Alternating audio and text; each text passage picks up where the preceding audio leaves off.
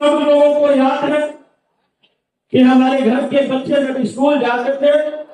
हम सब लोगों को चिंता का लकीर रहता था। लेकिन 2005 में जब आदरणीय नीतीश कुमार के नेतृत्व में भारतीय जनता पार्टी के समर्थन से जब सरकार बना, मुख्यमंत्री साइकिल योजना, मुख्यमंत्री पोशाक योजना, छात्रों के लिए, छात्राओं के लिए जब लेकर और आज का बदलता हुआ बिहार उस समय दिखता है जब सुबह 9 बजे हमारे घर के बेटी और बेटे एक पेड़ रोड में घंटी बजाते हुए सुबह रोड पर जब निकलते हैं तो लगता है कि बदलता हुआ बिहार है। यहाँ नेहरू बैठी है, पहला बार जब मैं विधायक बना था और अनिल मिश्रा तो हम लोग के बीच में नहीं है, लेकिन उनको मुखिया का चुनाव लड़ना था तो एक ट्रांसफार्मर के लिए हम लोग इनके साथ, पहला बार हम भी विधायक थे तो मुझको भी भरपा था, इनके साथ हमने बिजली बोर्ड के चेयरमैन के पास आके एक ट्रांसफार्मर अनिल मिश्रा जी को कुछ तार को दिलवाए थे। वो भी मुझे दिन याद है कि आज उसी के बदौलत अनिल मिश्रा जी मुखिया भी बने थे जो आज हम लोग के बीच में नहीं है। वैसे भी नहीं था कि ट्रांसफार्मर के लिए एक तार फोड़ के लिए हम लोग को दौड़ना पड़ता था, लेकिन आज हर घर में बिजली पहुंचा है और हर घर में सौर ऊर्जा की बात हो रही है और आज हर खेतों में बिजली से पानी मिल रही है। तो बदलता हुआ बिहार, बदलता हुआ भारत है। आपने याद होगा कि जब यहां से विधायक बनने के बाद 2005 की बात मैं बता रहा हूं, पटना जाने के लिए 7 से 8 घंटा समय लगता था, लेकिन आज बेतिया से 3.5 घंटा में और नरकटियागंज से 4.25 घंटा में अगर हम पटना पहुंचते हैं तो ये बदलता हुआ बिहार का निशानी है। चाहे स्टेट हाईवे का मामला हो, चाहे राष्ट्रीय राजमार्ग की बात हो या 4 लाइन 6 लाइन की बात हो। याद है मुझे कि जब हम लोग पटना से घर के लिए या घर से पटना के लिए जाते थे तो गांधी सेतु एक हुआ करता था, घंटों जाम में फंसना पड़ता था, लेकिन आज गांधी सेतु तो ठीक ही हो गया,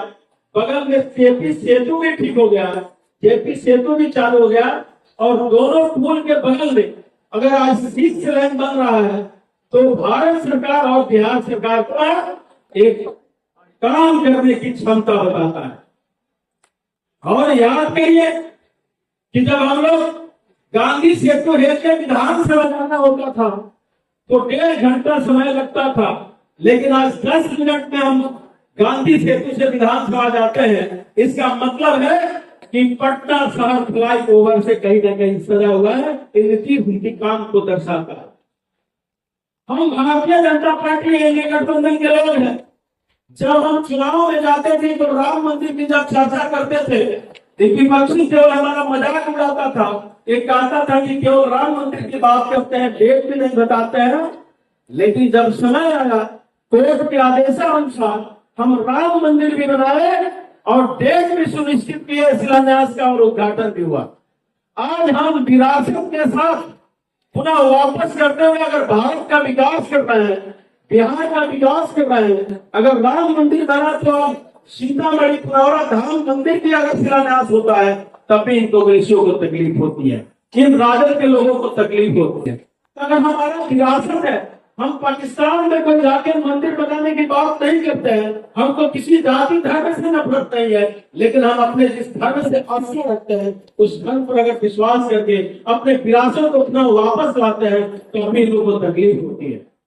आपको याद होगा कि बैठे तमाम नेतागण हैं, कांग्रेस की स्थापना ही हुई थी देश को आजाद करने के लिए, लेकिन पंडित नेहरू जी अपने लालच बस कांग्रेस को समाप्त नहीं किए, लेकिन राहुल जी ने कसम खा लिया है कि जो पंडित नेहरू ने करके नहीं दिखाया अब मुझे वो करके दिखाना है। कांग्रेस को हमेशा हमेशा के लिए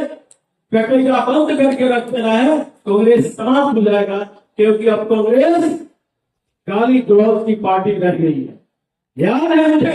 अब सब लोग पितृपक्ष मना रहे हैं। हमारा सनातन धर्म कहता है कि अगर हमारे पितृ लोग स्वर्गवास हो गए हैं तो हम उनको देवता के रूप में स्थान देते हैं, लेकिन अपने जनताओं को गाली देते हुए अपने प्रधानमंत्री लोकप्रिय आदरणीय प्रधानमंत्री की मां जो 2 साल पहले स्वर्गवास हो गए, उनको कांग्रेस के नेता लोग, आरजेडी गठबंधन के नेता लोग उस मंच से गाली देता है। इसका मतलब उनके अंदर नारी शक्ति का सम्मान करना, अपने पितरों का सम्मान करने की संस्कार भी समाप्त हो गई है। इतिहास गवाह है कि जब आदरणीय मुख्यमंत्री जी बिहार के मुख्यमंत्री बने तो 50% की आरक्षण नारी शक्ति को देने का काम किए।